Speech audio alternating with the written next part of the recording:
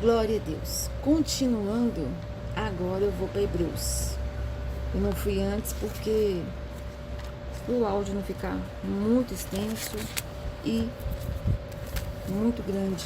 Amém? Então, Hebreus 4. Hebreus 4. Hebreus 4. O descanso sabático dos crentes. O versículo 9. Mas é de suma importância os versículos que antecedem ao versículo 9. Portanto, ainda que nos tenha sido outorgada a promessa de ingressar no descanso de Deus, tememos que algum de vós pareça ter falhado, pois as boas novas foram pregadas também a nós, tanto quanto a eles. Entretanto, a mensagem que eles ouviram de nada lhes valeu, pois não foi acompanhada de fé por aqueles que a ouviram. E eu faço uma pausa aqui. O autor de Hebreus, ele está sempre comparando a nossa caminhada cristã, né?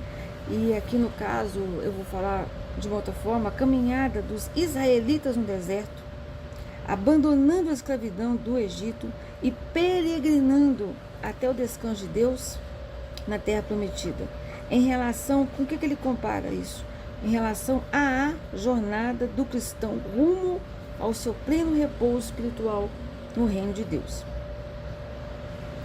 E o descanso dos judeus, sob a liderança de Moisés e depois de Josué, temporário e terrestre, prenunciava o quê? Prenunciava o descanso eterno de nossas almas em Cristo.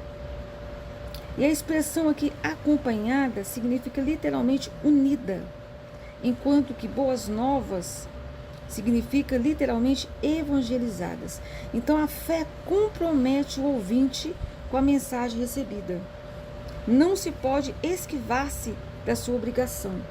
Amém? E eu abro um parênteses aí, Romanos 10, 16, Isaías 53, 1. E vamos continuar. Versículo 3. Porquanto somos nós, o que temos crido, que entramos no descanso, conforme Deus declarou. Assim jurei, na minha ira, jamais entrarão no meu descanso. Muito embora suas obras estivessem concluídas desde a fundação do mundo. Então, meu querido e minha querida, do mesmo modo que a fé nas promessas de Deus, né? Do mesmo modo que a fé nas promessas de Deus era requerida para se entrar no descanso de Canaã, também só ingressaremos no descanso pleno e eterno da salvação, mediante a fé sincera na pessoa e na obra expiatória de Jesus Cristo. Deus concluiu suas obras no 7º dia da criação e descansou. Nós vamos ver aqui no versículo 4. Gênesis 2, versículos 2 ao 3 também. Portanto, o Senhor nos convida para compartilhar do seu descanso, e não para qualquer tipo de repouso que possamos conquistar. Versículos 10 e 11, vamos ver isso. Então, versículo 4. Pois em certa passagem ele se referiu ao 7º dia nesses termos. No 7º dia Deus descansou de toda a obra que realizara. Versículo 5. E novamente, no texto citado há pouco, confirma: jamais entrarão no meu descanso. 6. Portanto, considerando que ainda faltam alguns para entrar, e aqueles a quem antes foram pregadas as boas novas, não ingressaram por causa da desobediência. Versículo 7. Determina Deus uma nova oportunidade e a chama de hoje. Hoje. 1º de dezembro, sexta-feira, ao declarar muito tempo depois por intermédio de Davi, e conforme o que já fora proclamado antes, hoje.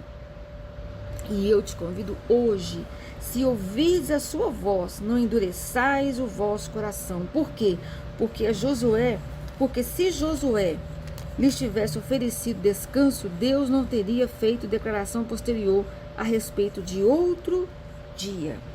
Então, o ingresso de Israel em Canaã, sob a liderança de Josué, representou uma forma parcial e temporária de entrar no sábado de Deus.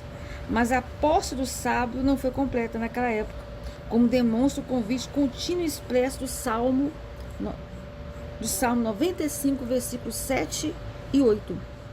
Sendo assim, o versículo 9, que é o versículo chave da palavra de hoje. Sendo assim, ainda resta um descanso sabático para o povo de Deus. Pois toda pessoa que entra no repouso de Deus também descansa de suas obras, como Deus descansou das suas.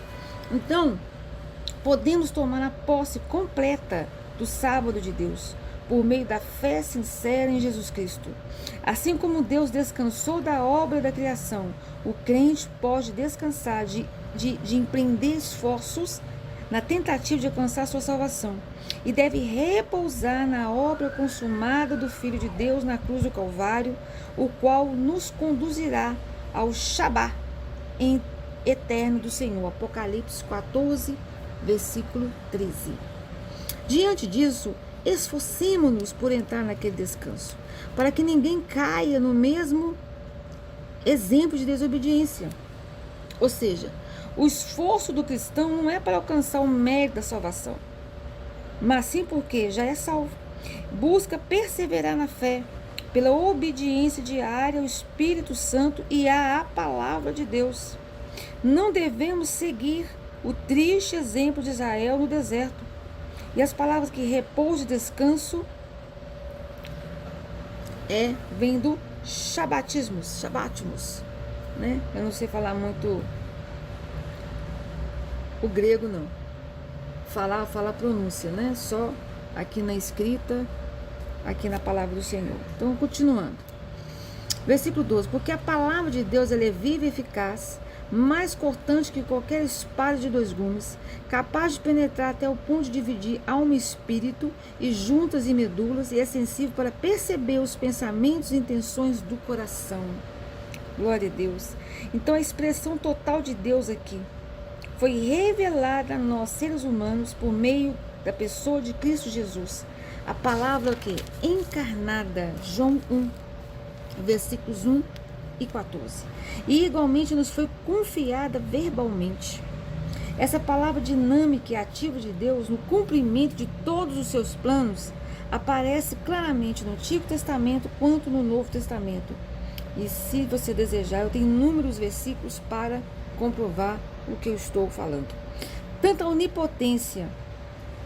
a onipotente e onisciente presença do Senhor, quanto ao poder de discernimento da palavra, revela os sentimentos e intenções mais íntimos e os traz à tona da nossa consciência para que possam ser julgados. 1 Coríntios 4, 5. Glória a Deus. E não há criatura alguma incógnita aos olhos de Deus. Absolutamente tudo está descoberto e há as claras diante daquele a quem deveremos prestar contas. Para concluir, Jesus é o grande sumo sacerdote. Concluindo, tendo em vista que temos um grande sumo sacerdote que foi capaz de adentrar os céus, Jesus, o Filho de Deus, mantenhamos com firmeza a nossa declaração pública de fé. Então, eu acho muito interessante que o autor de Hebreus começa aqui uma longa exposição teológica, que vai acabar só lá no capítulo 7, versículo 28. Quanto à superioridade do sacerdote de Jesus Cristo sobre Arão e o ministério da tradição sacerdotal. Então, para nós, os cristãos de hoje, esse pode ser um tema de entendimento tranquilo. No entanto, para os judeus de todos os tempos, especialmente no século I, essas conclusões que são tão chocantes quanto reveladoras e salvadoras. Salmo 110, versículo 4.